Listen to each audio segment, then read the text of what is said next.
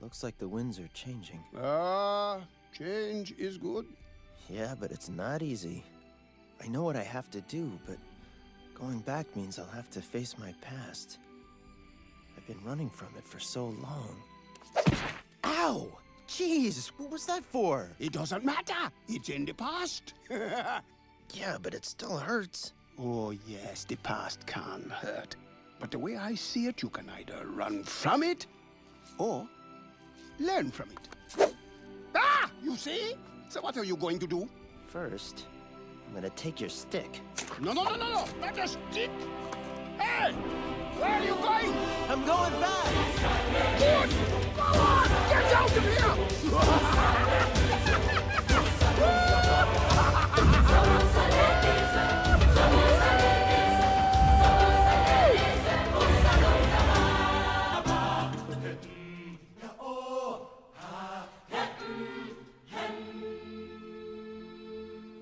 You know, all things run their course. Everything that happens has a time frame, a course that it's on. It has their day, or its time, then it's gone. And then we call it the past. Immediately, once it happens, it's called the past. And it can't last forever. The past only has a certain duration of time. And it cannot last longer than the event itself. What causes them to last longer is we continue to resurface them with our own thoughts, our ideas, our disappointments, our guilt, our fear. And we keep attaching ourselves to it and keep bringing it back and making it current. Old news remains old news until we keep talking about it. We can scratch a wound that's trying to heal, and that wound will never heal as long as we continue to irritate it. The past is an irritation that's trying to heal, that's trying to move on, but we're continually going back to it. We revisit it, we're bringing it up over and over, and we're constantly allowing it to infect our current lives. Learn your lessons. If we don't learn our lessons, what we do? We repeat the class.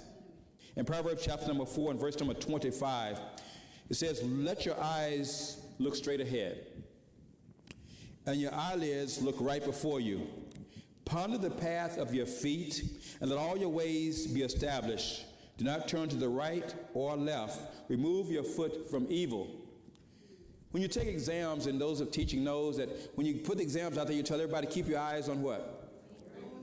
It's the way it is, right? Because it's your exam, it's your test. You can look around, but what's happening is personal. Keep your eye on what's there. That way there's no cheating allowed. Because you can't cheat life. You can't cheat. Life is going to happen. And whether you're prepared for it or not, you're not going to be able to do any better than how you prepared. Whenever life is issuing you an adversity, don't try to compare to someone else's. How did you do it?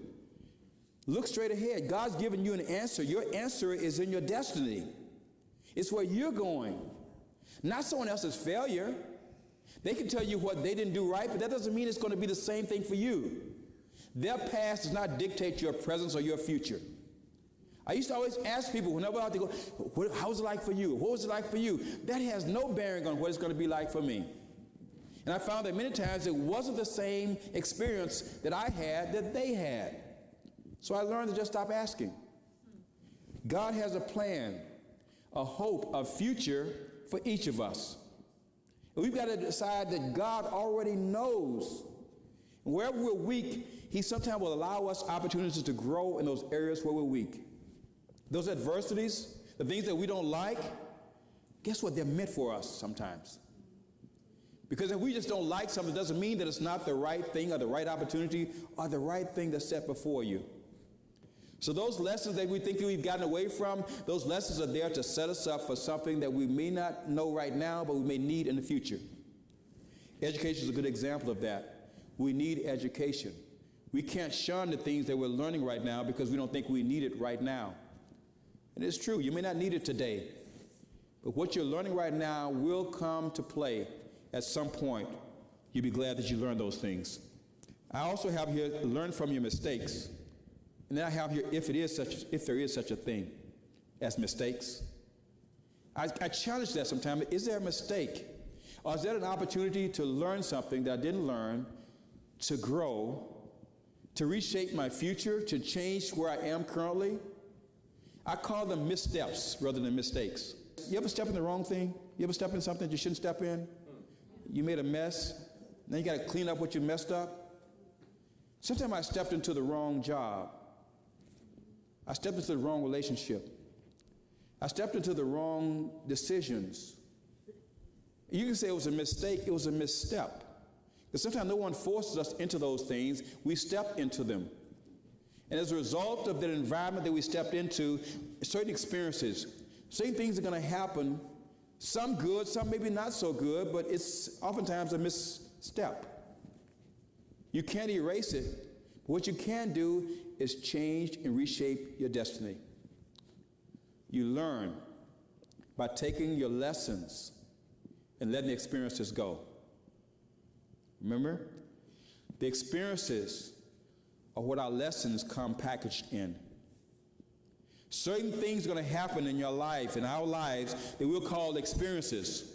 But every experience, if you take away all the things that happened, what they did, what happened, what wasn't well, you'll find that there's a lesson in there. And once we learn the lesson, the experience no longer has any consequence, because we've learned why we had to face what we had to face. But if we never learn the lesson, we'll hold on to the experience. And the experience can weigh us down because you always remember the things that you should not remember. The experience was what happened. The lessons that why has happened. The experience is, I'll never do that again. The lesson is how to do this better. See, when you learn the lessons, you can let the experiences go. People that are weighed down by experiences are many times stuck because they will never go beyond the last experience.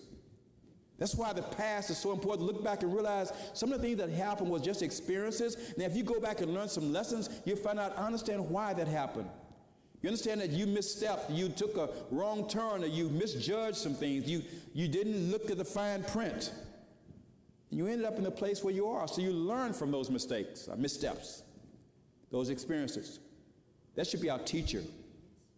The lessons will make you better. The experience will make you bitter. When a person is just holding on to a lot of experiences from the past, a lot of experiences, they can be very bitter, very heavy, and it can weigh you down. I saw a proverb here. I'm going to share a proverb with you. It says, if you want to fly, you have to give up the stuff that weighs you down. If you want to go someplace, you got to realize what's holding you back, what's hindering you, and let it go. Because you can't carry everything with you as you're going some places. You can't carry everyone with you. The good old days. And we always look at the good old days as being what? Past. Then that means if they were good old days, what days are these? Because hopefully these are the good new days, or just good days. Because we can't always look at the past as being better than where we are. The scripture says your latter days will be your best days. That means your best days are still here and still to come. So we can't always look back and realize it was good back then. It's getting better if we allow it to get better. But we can't get better when we're always looking back and judging something else, where you used to live, and looking back at stuff that's past. I wonder what Nene is doing now. Wow. I wonder what, you could have married Nene. There's a reason why you and Nene weren't together. There's a reason why it didn't work out. We remember sometimes the good in bad situations. The next point, don't dwell on the past. Don't dwell on the past. Numbers chapter 11, verses number 4 and 5. Don't dwell on the past.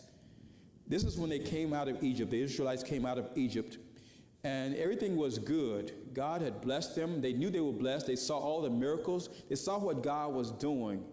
But somehow, every time they got to a new situation, they questioned. They grumbled, they complained. Blessed, but still finding something to grumble about. And many times the grumbling was taking what God's given us now, given them, and comparing it to what they used to have. So here's what was happening here. Numbers chapter 11, verse 4 and 5. Now the mixed multitude, which means that when they came out of Egypt, not only did the Israelites come out, but there were others that came out and followed. What's called a mixed multitude. So they came out. The mixed multitude who were among them yielded to intense cravings. That means they wanted a lot more. So the children of Israel also wept again and said, "Who will give us meat to eat?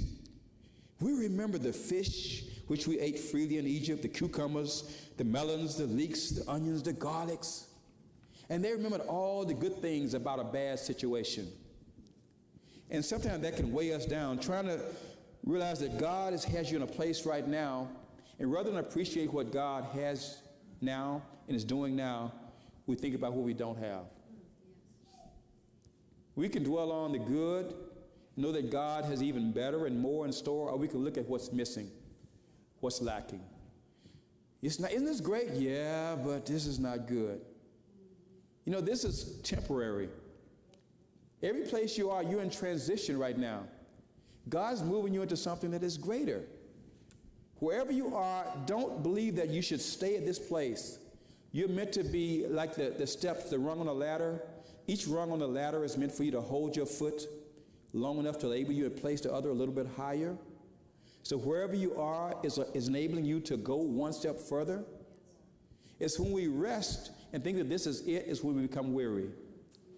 When you allow whatever situation in your life to think that this is permanent, that's when you become weary, because you lose hope. And God says that your faith tells you there's always something better. Hope for more. Don't just accept that I've reached the end right now. I've reached the end. I don't get any better than that. No, it keeps getting better and better and better. But we can't give up hope for that. Don't let the sinful pleasures of the past weigh you down also. Get up and move on. Get up, move on. When Moses died, they mourned for 30 days or so. What are we going to do now? Moses brought the people out of Egypt. He took them through the promised land. And now they were mourning the loss of Moses. Now Joshua was the general that was there. He was Moses' aide. He's been there all throughout this whole wilderness experience with the Israelites. And then God had given Joshua the charge of carrying on what Moses was. So here's what happened. This is in Joshua chapter number 1 and verse number 2. Joshua 1 and 2. Moses, my servant, is what? Is dead. He's speaking to Joshua. Moses, my servant, is dead. Now, therefore, arise, go over this Jordan, you and all the people, to the land which I'm giving to them, the children of Israel. In other words, get up. Get up. Moses is gone. Because we could dwell on the people that are no longer here. See, Joshua is the 6th book in the Bible. Those are the first 5, which were the Pentateuch, that was written by Moses. And then the book of Joshua. So when God's saying get up, God's saying it's not only a new chapter in your life, but it's a new book in your life. And the only way you're going to be able to move on, you got to let the first go. It's hard when somebody loses a loved one. How do you go on beyond that? We talked about this yesterday, and we had a little table discussion. It's not an easy thing. But at some point, you've got to get up. The people that you're mourning would want you to get up. Nobody would want you to mourn forever. They're lost. They say, get up, move on. Make some good things happen in your life. It's a new chapter. It's a new book. Joshua began the first part of the journey where he's going to take them into the promised land. Moses had taken them as far as they can go. Now it's up to you. It's up to you. At some point, don't no longer reflect on those who have gone by and how are you going to do it. You won't be able to, but God says, get up. And he goes on, he says, I will be with you as I was with Moses. Be strong and be very encouraged. Not on what is past, be encouraged about what is still to come. Because your past is not going to define you. The ultimate definer of your life is your present and your future. Your past does not determine the kind of person that you are. It's already happened. Your future determines who you are. And God still sees more identity in each one of us. There's a greater hope and a greater future. In Matthew chapter 5, it tells us that when we have just have adversity with anyone, agree quickly. Because one of the last things I want you to know is how to let the past go. Because sometimes the past involves certain people or certain things that happen. First step, the first thing we want to do in learning how to overcome and get up and move on is you have to admit. Admit. Don't blame, because it's easy to blame others and talk about what someone else did, but admit. Admit just your part. Whatever part that you have in whatever situation that brought you where you are now is already past, but look back and admit whatever it is, your fault, your part. Admit it. Own it. It's not going to change another person. Don't worry about what they did. Admit your part. If you had any part that you could admit that part. The next thing is apologize. If there's anyone that's involved that you made mistakes or missteps about, apologize. If it's asking forgiveness to God, you ask for forgiveness. But you want to start by first admission, and then you confessing it. When you apologize or you're confessing, you're saying, God, I'm aware of the problem that I've caused. I'm aware of my mistakes. So it's confession, admitting it. The next thing is acknowledge where it went wrong. Acknowledge what happened. Because if you just say, well, I'm sorry, what are you sorry for? What happened? What is your part? Try and define exactly what it is. Acknowledge exactly what it is that you need to do and need to change. Acknowledge it. And then assess how you will move forward. Now that that has happened, what are you going to do from this point forward? Not only to not make this happen again, but how are you going to do your best to make amends to that? How are you going to become a better person as a result? Because ultimately, this is meant to shape us to becoming something better. Don't let things just happen and just let it happen and say, oh, well, it's in the past. The past can still have bearings on what's happening right now. If we don't assess it and have the assurance that we can do something better, not to repeat the same mistake again. And then the last part is abstain. Part of the things that's got us there is that we keep repeating the same errors. If you tend to speak too much, abstain from having a voice when you know you should be silent. If you have an anger issue, abstain. Don't give anger a voice or emotions a voice. Whatever it is that you have a tendency to do that causes you bad consequences, abstain. Because when you look back, there's probably something that provoked every event that we got to take ownership of. We could have changed it. If we could have abstained, maybe we shouldn't have even gone to the situation. Maybe we shouldn't connect with certain people. But we didn't abstain. We had to go. We had to do it. I had to say it. And we allowed ourselves to be provoked.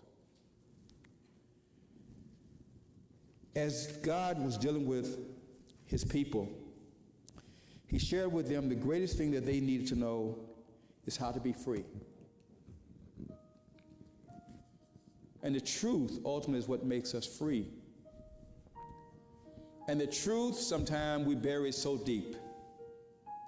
The truth sometimes is buried in our past. And we don't want to go back there sometimes because it's painful.